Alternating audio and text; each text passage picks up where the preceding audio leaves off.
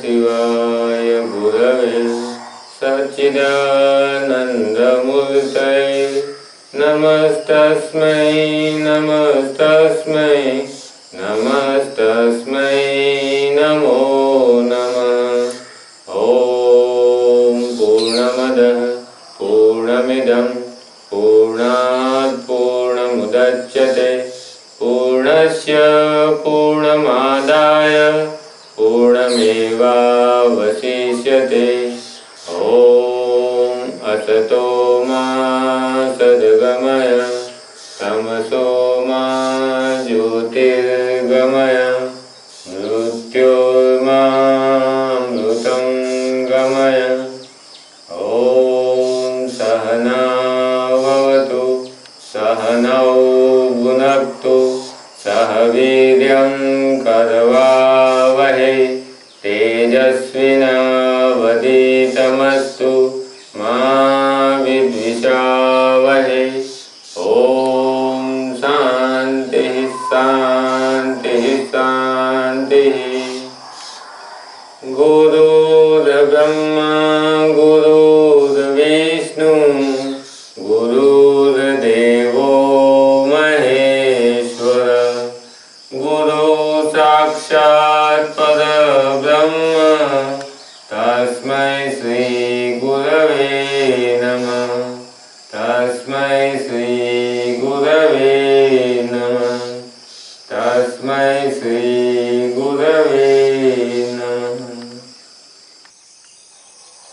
सभी आत्मीय जनों को ओम जय भगवान।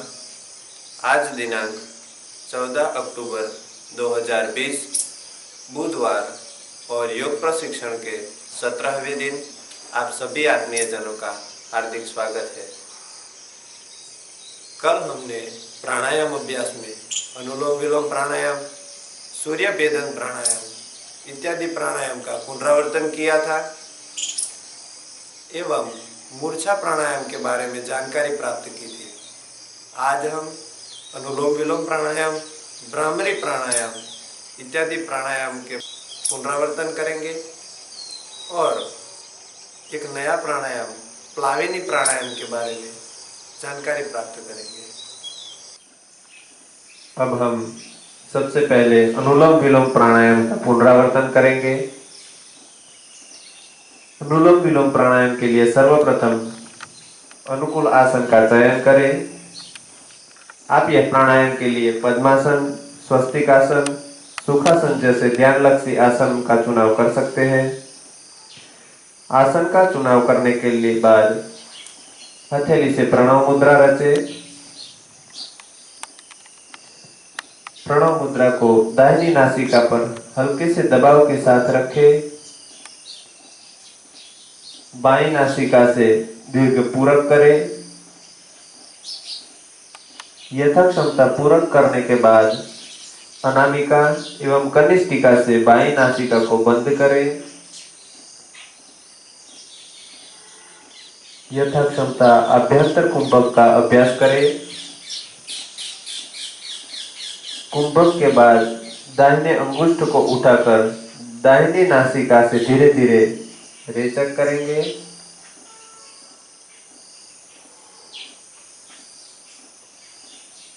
जिस नासिका से रेचक करें उसी नासिका से पुनः पूरक करें। फेफड़ों को यथाक्षमता प्राणवायु से भरें। तत्पश्चात दाहिनी नासिका को अंगुष्ठ से बंद कर क्षमता अनुसार अभ्यंतर कुंभक करें।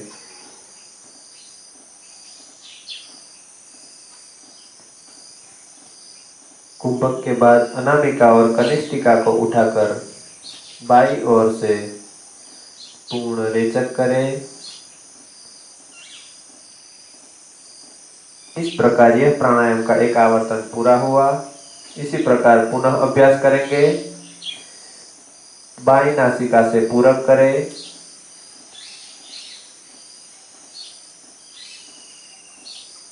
दाईं नासिका को बंद कर अभ्यंतर कुंभक का अभ्यास करें। यथाक्षमता अभ्यंतर कुंभक करने के बाद दाईं नासिका से रेचक करें।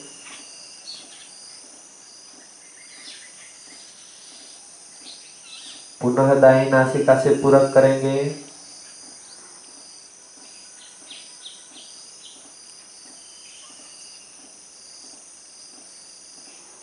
यथाक्षमता अभ्यंतर कुंभक का अभ्यास करेंगे।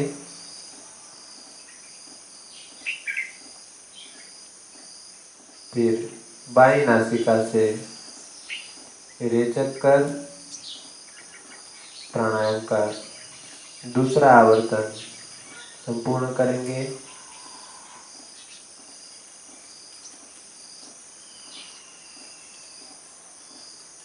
सामान्य स्थिति में वापस आए। अब हम भ्रामरी प्राणायाम का पुनरावर्तन करेंगे। भ्रामरी प्राणायाम के लिए सर, गर्दन और काया एक सीधी रेखा में रहे, ऐसे टटार बैठे। दोनों हाथों से हमें षडमुखी मुद्रा बनानी है, जिसे भ्रामरी मुद्रा भी कहा जाता है। अब हम दीर्घ पूरक करेंगे दोनों नासिकाओं के द्वारा। रेचक करते हुए बंद मुंह के द्वारा म का उच्चारण करें।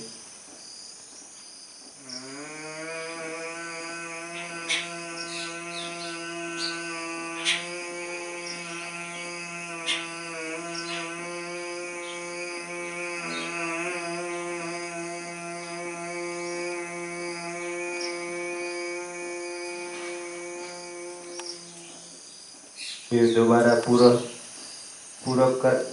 करेंगे।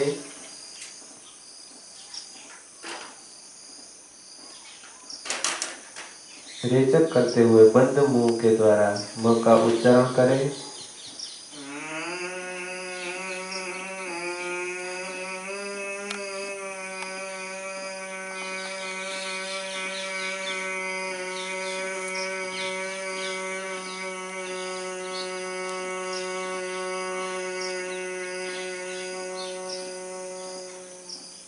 एक और आवर्तन करेंगे। दीर्घ पूरक करें। रेचक करते हुए बंद मुंह से म का उच्चारण करेंगे।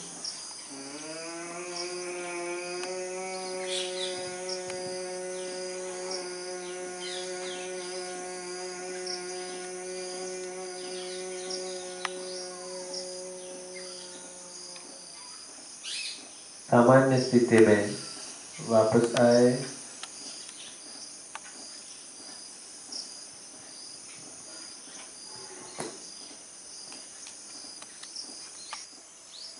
अब हम कल सीखे हुए मूर्छा प्राणायाम के बारे में जानेंगे। इस प्राणायाम के द्वारा चित्त की मूर्छा उत्पन्न होने के कारण इस प्राणायाम को मूर्छा प्राणायाम कहते हैं। यह प्राणायाम साधक की साधना में स्वयं उद्भूत होता है। इसके लिए आप अनुकूल आसन का चयन करें। प्राणायाम के लिए स्व को तैयार करें। दोनों हाथ घुटनों पर रखें। दोनों नासिका से दीर्घ पूरक करें। पूरक के अंत में जालंधर बंद बांधकर वायु को रोकें।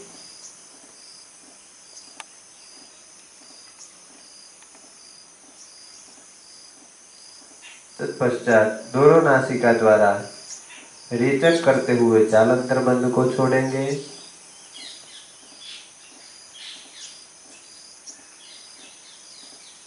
गाढ़ जालंधर बंद करने से प्राण अपान की ऊपर के चक्रों में निर्बाध गति होती है। पुनः एक आवर्तन करेंगे। दीर्घ पूरक करें।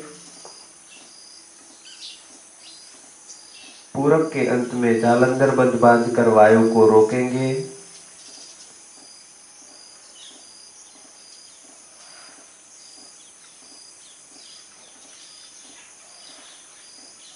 तत्पश्चात दोनों नासिका द्वारा रेचक करते हुए जालंधर बंध को छोड़ेंगे।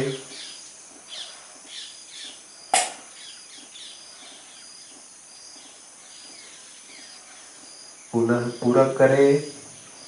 दीर्घ पूरक करने के पश्चात जालंधर बंध बांधकर वायु को रोकेंगे।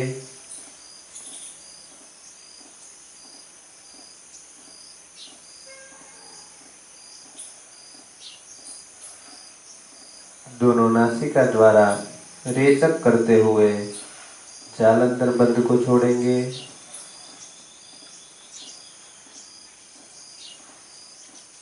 मूर्छा प्राणायाम में साधक इस प्रकार प्राणायाम के अभ्यास दौरान ज्योति दर्शन करता है। मन की प्राणापान के प्रवाह में बहने से संकल्प विकल्प करने की शक्ति नाश होती है। मन अमन बनकर परमात्मा में लीन बनने लगता है। अब हम प्लाविनी प्राणायाम के बारे में जानेंगे। प्लाविनी प्राणायाम के लिए अनुकूल आसन का चयन करें। आसन पर स्थिर बैठे। प्लाविनी शब्द संस्कृत भाषा के प्लू शब्द से बना है, जिसका अर्थ है तैरना या बहना। प्राणायाम के लिए दोनों नासिका द्वारा पूरक कर उदर में वायु को भरें।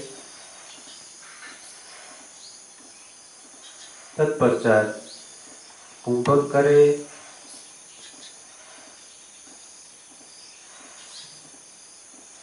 यह प्राणायाम साधक की साधना में स्वयं उद्भुत होता है।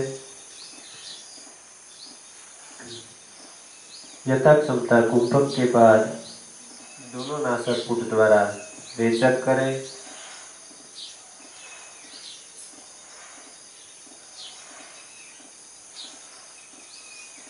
पुनः पूरक करें।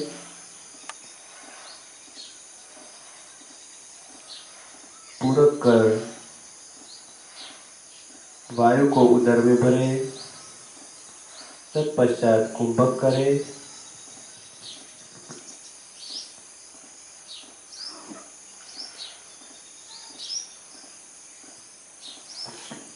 वायु आंतों में जाकर समस्त शरीर की अशुद्धियां दूर करता है, जिससे शरीर हल्का हो गया हो ऐसा महसूस होता है।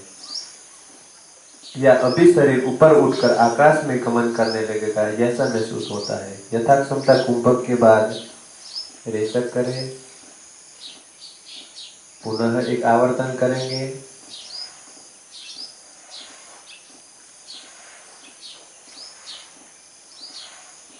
दोनों नासिका द्वारा पूरक करें।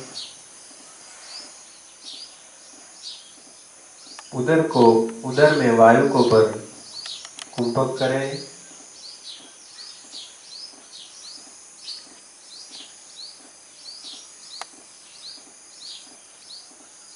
इस प्राणायाम के दीर्घ अभ्यास द्वारा साधक विपुल जल राशि में डूबता नहीं है। वह जल पर बैठकर, चलकर या सोकर इस प्राणायाम का अभ्यास करता है। यथाक्षमता कुंभक के बाद रेचक करें।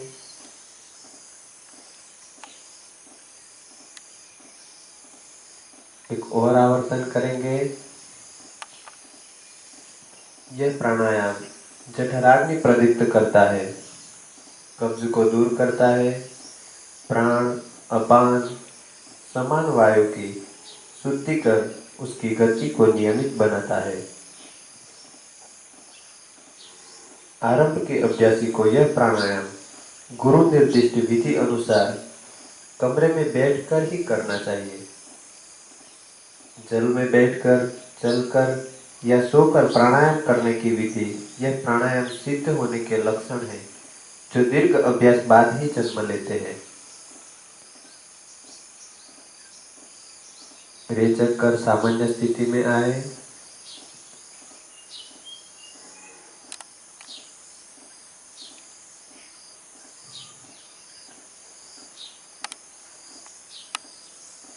गहरी सांस ले। रेचक करे। शरीर को सुखासन में रखें। दोनों हाथों की हथेलियों को एक दूसरे के साथ घर्षण करेंगे। दोनों हथेलियों को अपनी आंखों पर स्थापित करें। धीरे धीरे दोनों आंखें खोल यह प्राणायाम का अभ्यास संपन्न करेंगे।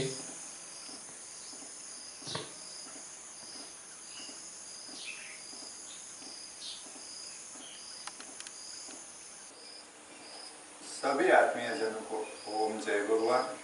कल हमने आसन अभ्यास में योगेंद्र आसन, गर्भासन, निमग्न वज्रासन, अनंत शयन आसन, सुप्त पवन मुक्तासन का पुनरावर्तन किया था और सिद्धासन, प्राणासन, गोरक्षासन, ऊर्ध्व पद्मासन और वृक्षासन का नए आसन सीखे थे।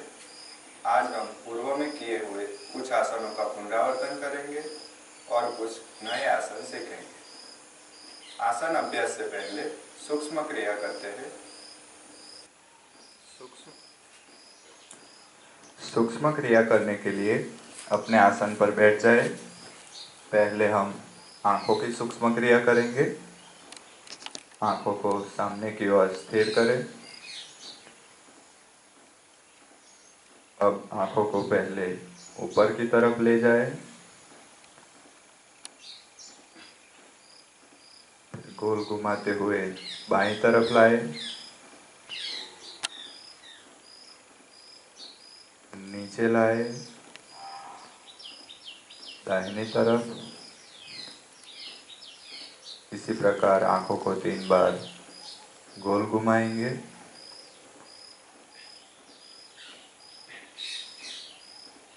धीरे धीरे करें।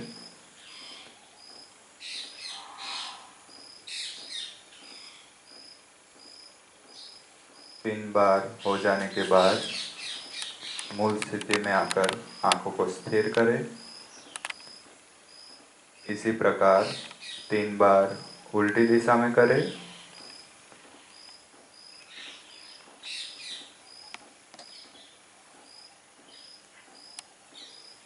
आंखों को धीरे से घुमाएं।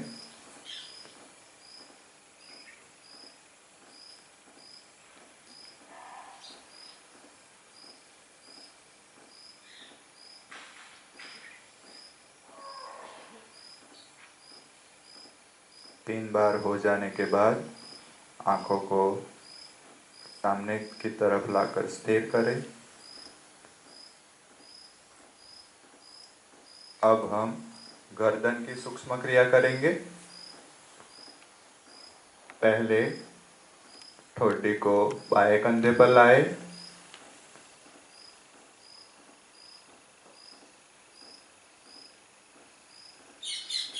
फिर धीरे से दाहिने कंधे पर ले जाए।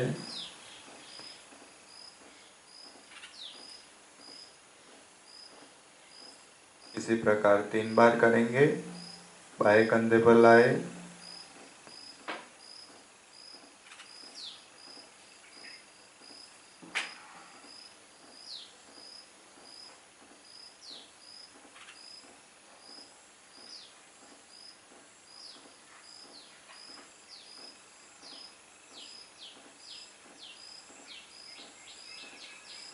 तीन बार हो जाने के बाद मस्तक सीधा करें।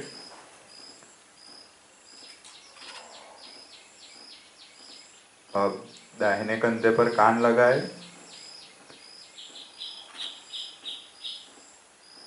जितना हो सके उतना लगाने का प्रयत्न करें।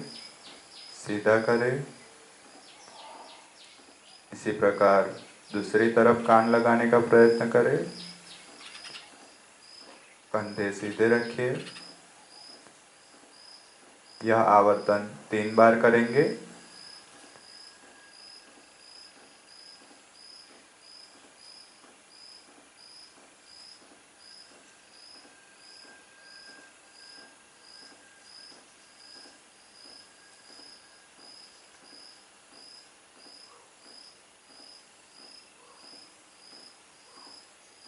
तीन बार हो जाने के बाद गर्दन को गोल घुमाएंगे।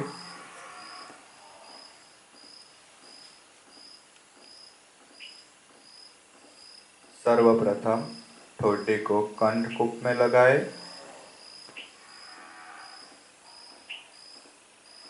अब ठोडी को सीने से लगाते हुए बाएं कंधे पर लाए।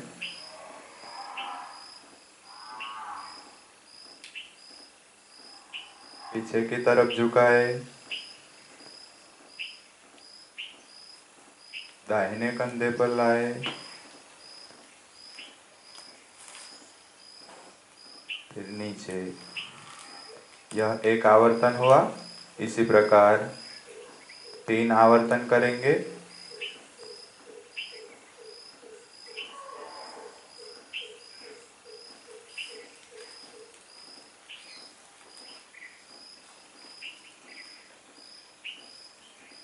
जल्दबाजी नहीं करनी है, धीरे धीरे करना है।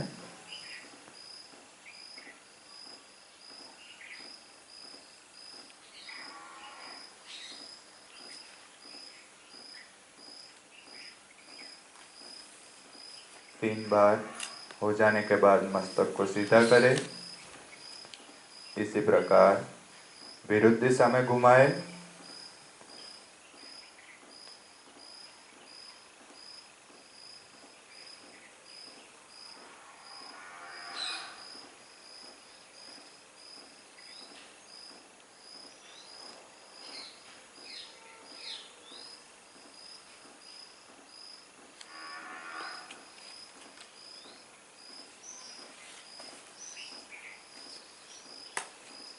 सूक्ष्म क्रिया का अभ्यास धीरे धीरे करना है।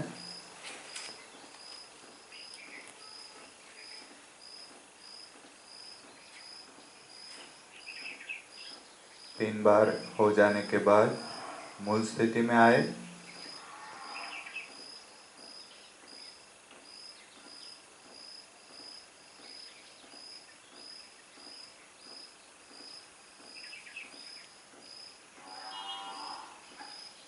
अब हम आगे की सूक्ष्म क्रिया करेंगे।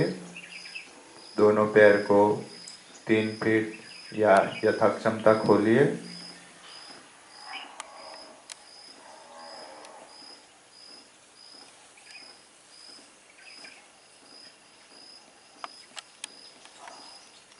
अब कमर को बाईं तरफ मरोड़े। अब बाएं पैर के अंगूठे को दाहिने हाथ से पकड़कर मस्तक बाएं घुटने पर लगाए। इसी प्रकार दाहिनी तरफ करें। दूसरा हाथ पीछे रखें। दोनों तरफ यह क्रिया 3-3 बार करेंगे।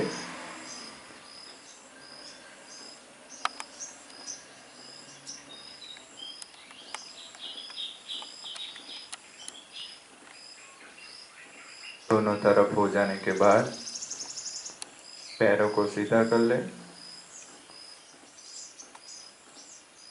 अब आखिरी सूक्ष्म क्रिया करेंगे।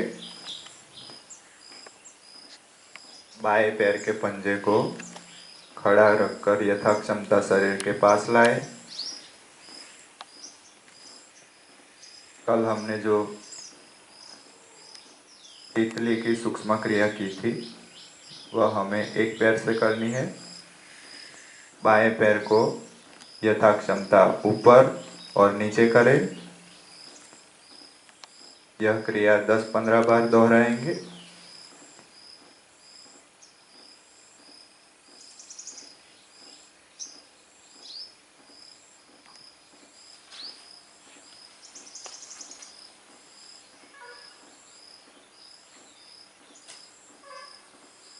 जितना हो सके उतना ऊपर उठाए और नीचे ले जाते हुए जमीन को स्पर्श करें।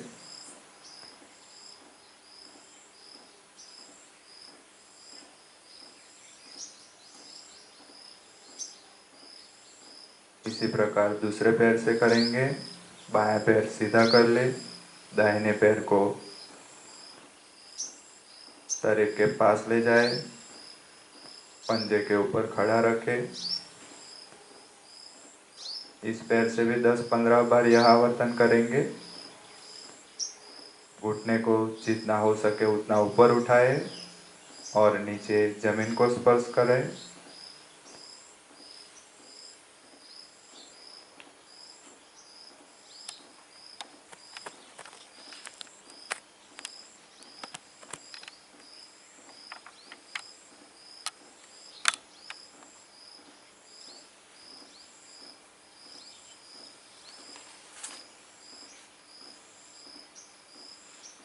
यह क्रिया पूर्ण कर धीरे धीरे सामान्य स्थिति में बैठ जाए। अब हम आसन का अभ्यास करेंगे। पहले हम कुछ आसनों का पुनरावर्तन करेंगे। पहला आसन है प्राणासन, जो हमने कल किया था। बाएं पैर को घुटनों से मोड़कर बाएं एड़ी दाहिने जंघा के मूल पर रखें। दाहिना पैर घुटनों से मोड़कर जमीन पर सीधा स्थापित करें। बाएं हथेली बाएं घुटने पर एवं दाहिने हाथ को दाहिनी जंघा एवं दाहिनी पिंडली के मध्य से सरकाते हुए पैर के पंजे को पकड़े। यह स्थिति में पूरक कर शरीर को थोड़ा तने।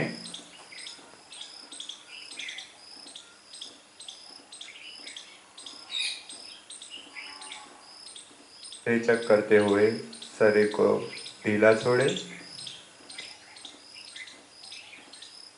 फिर से एक बार करेंगे। पूरक करें। प्राणासन मधुमेह एवं किडनी संबंधित बीमारियों में राहत देता है। रेचक करें, शरीर को ढीला छोड़े। आखिरी बार करेंगे। पूरक करें, शरीर को थोड़ा सा तने। यथा क्षमता टिके रहे। प्राणासन से कोष्ठबद्धता दूर होती है। धीरे धीरे रेचक कर मूल स्थिति में आए।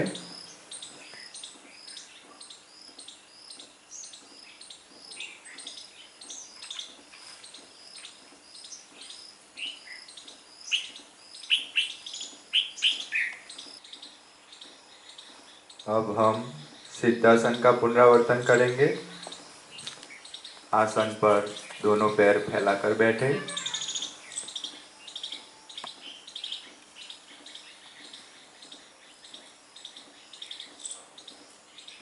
बाएं पैर को मोड़कर उसकी एड़ी गुदा स्थान के पास सिवनी को स्पर्श करते हुए रखें।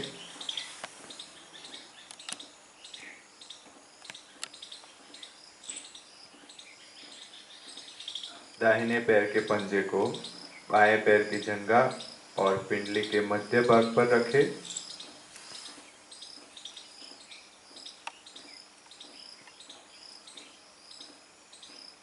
दाहिने पैर से पेड़ों पर हल्का सा दबाव लाएं। दोनों हाथों से ज्ञान मुद्रा बनाएं।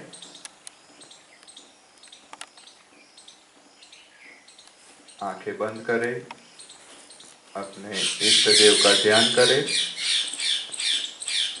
सिद्धासन का अभ्यास ब्रह्मचर्य पालन में सहायक है। सिद्धासन साधना में बहुत उपयोगी है। इस आसन से मन स्थिर बनता है।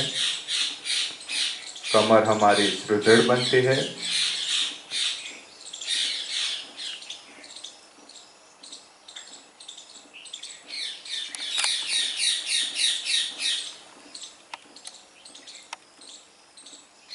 धीरे से ज्ञान मुद्रा खोलेंगे। अपनी आंखें खोलें। मूल स्थिति में आ जाए।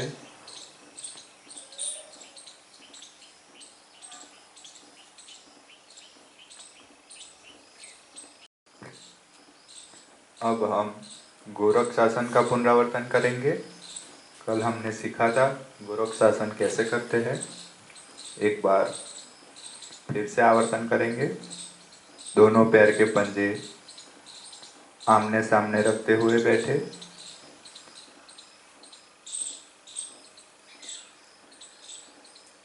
पंजे खड़े रखें जिससे अंगुलियां नीचे और एड़ी ऊपर की तरफ होगी।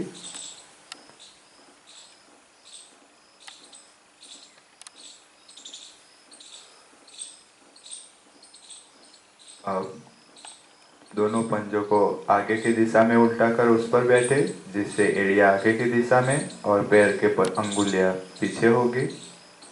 अपने हाथों को घुटनों पर स्थापित करें।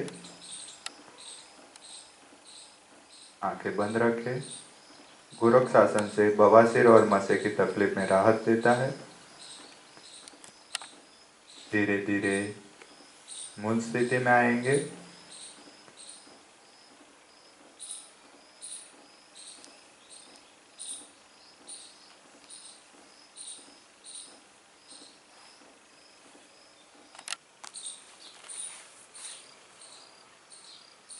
अब हम मार्जर आसन का पुनरावर्तन करेंगे। घुटने के सहारे आसन पर बैठे।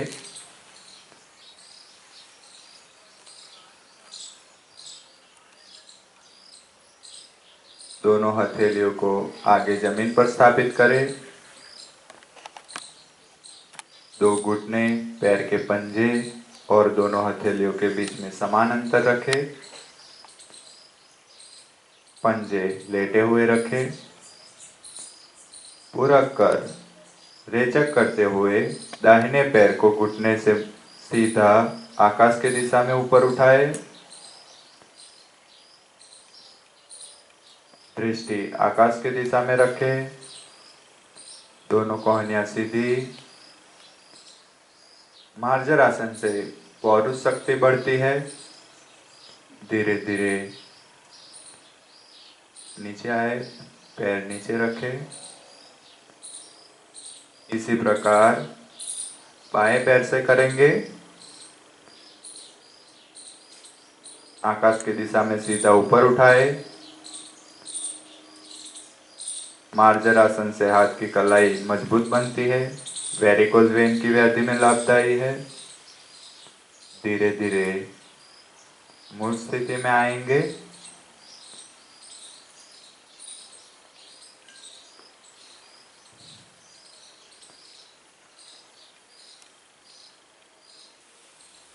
अब हम सर्पासन का एक आवर्तन करेंगे। आसन पर पेट के बल लेटे। दोनों पंजों को करीब 1 फुट की दूरी पर रखें। दोनों हाथों को कमर के पीछे ले जाए। बाएं हाथ से दाहिनी कलाई को पकड़े। यह स्थिति में पूरक कर आंतर कुंभक में हाथों को पीछे खींचे जिससे मस्तक, कंधा, वक्ष का अग्रभाग जमीन से ऊपर उठेगा। यथा क्षमता रुकने के बाद पूरक कर रेचक करते हुए मूल स्थिति में आए।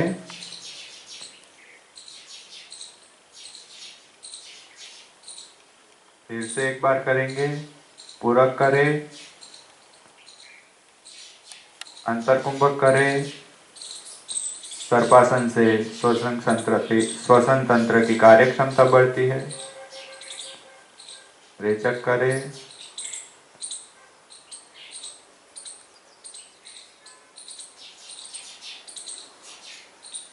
आखिरी बार करेंगे। पूरक करें। अंतर्कुंभक में ऊपर उठे। सर्पासन से मलावरोध दूर होता है। धीरे धीरे रेचक करते हुए मूल स्थिति में आएंगे।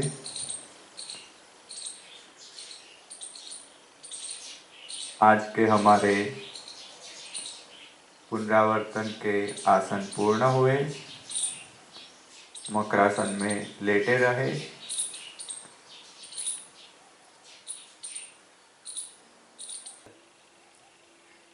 अब हम आज के नए आसनों का अभ्यास करेंगे। पहला आसन है एक पाद शीरासन। दोनों पैर को आगे की तरफ सीधा फैलाए।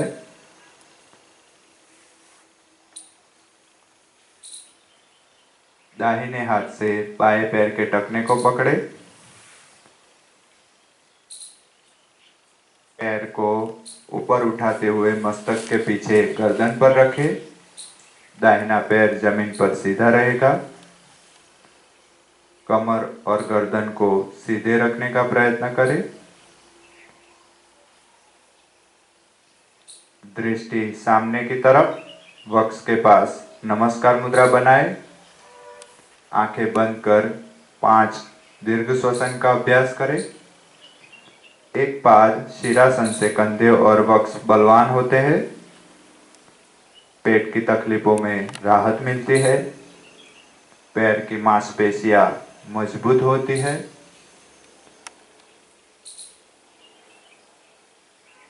धीरे धीरे मूल स्थिति में आएंगे।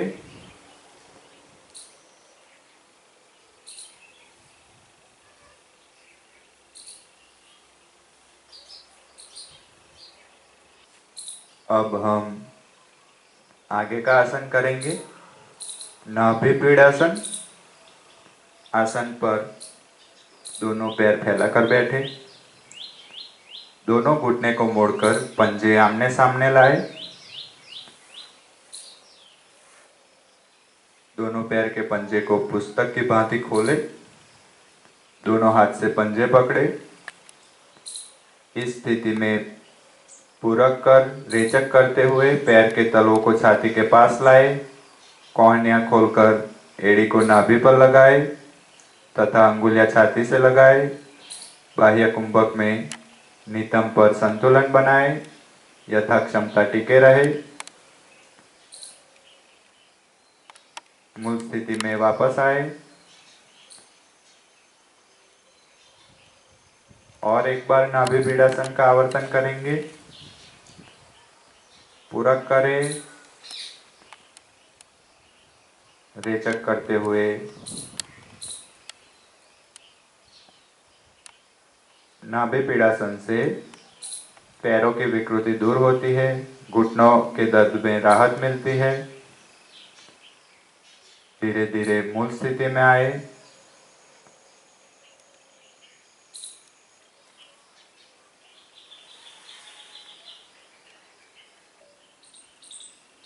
अब हम आगे का आसन करेंगे, कूर्मासन।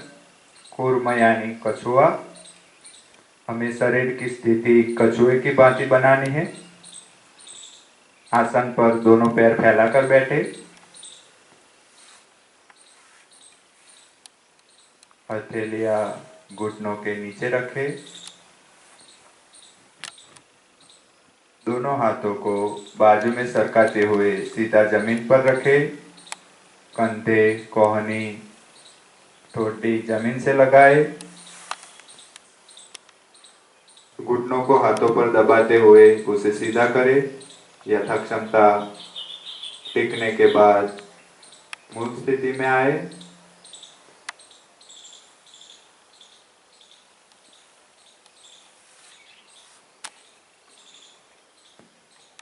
और एक बार यह आवर्तन करेंगे कूर्मासन का।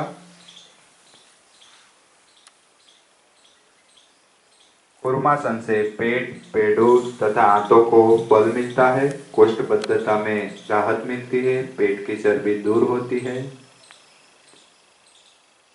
धीरे धीरे मूल स्थिति में आएंगे।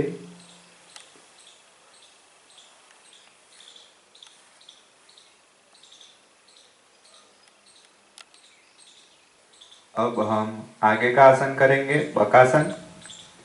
पैर के पंजे के ऊपर बैठे,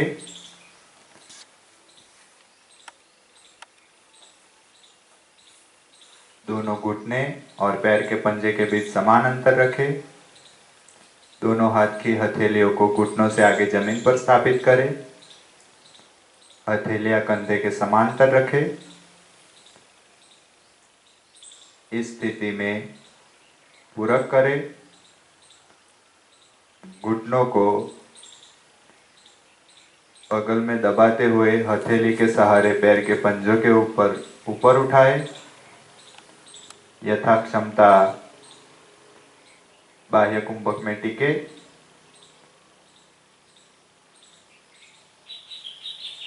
यथा क्षमता टिकने के बाद मूल स्थिति में आए।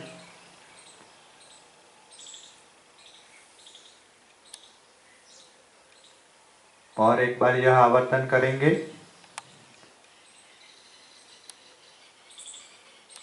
बकासन से हाथों की कलाई कंधे और कमर को शक्तिशाली बनाता है। जंघा और पिंडली की मांसपेशियां मजबूत होती है। एड़िया को नितंब के ऊपर लगाने का प्रयत्न करें। यथा क्षमता रुकने के बाद मूल स्थिति में आए।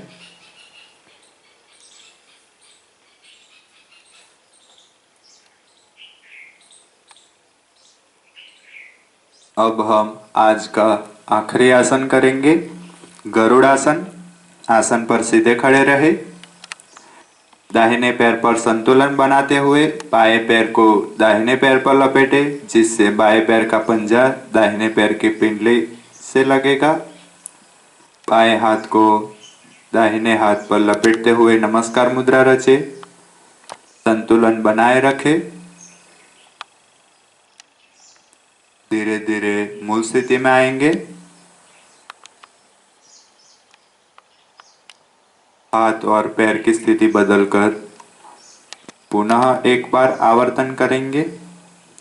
गरुड़ासन से हाथ और पैर के स्नायु सशक्त बनते हैं।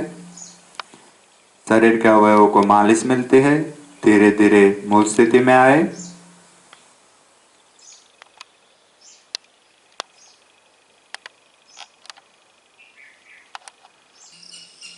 सभी को ओम जय भगवान।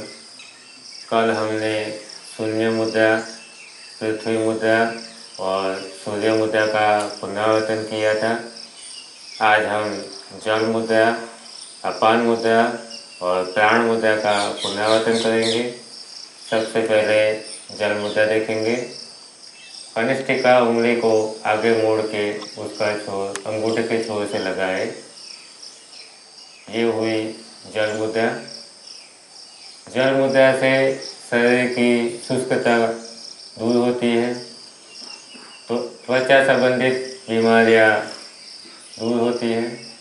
अब इसके बाद देखेंगे अपान मुद्रा।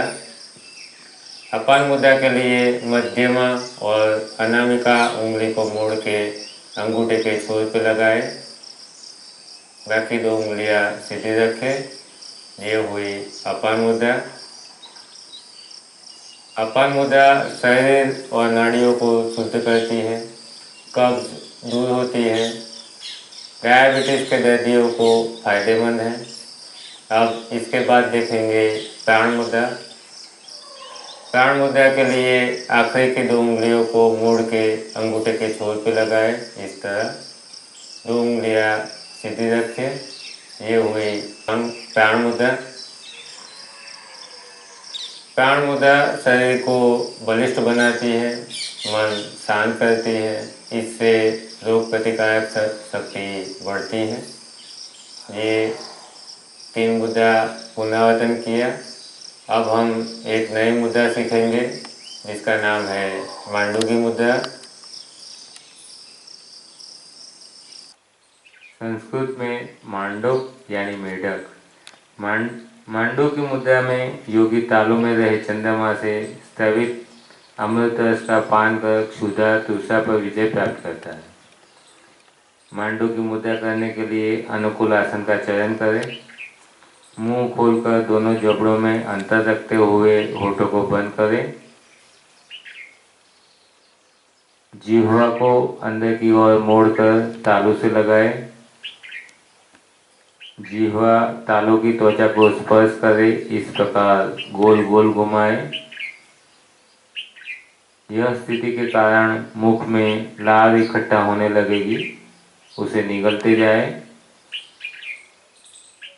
योगी यह क्रिया से तालू से स्रावित अमृत रस का पान करता रहता है।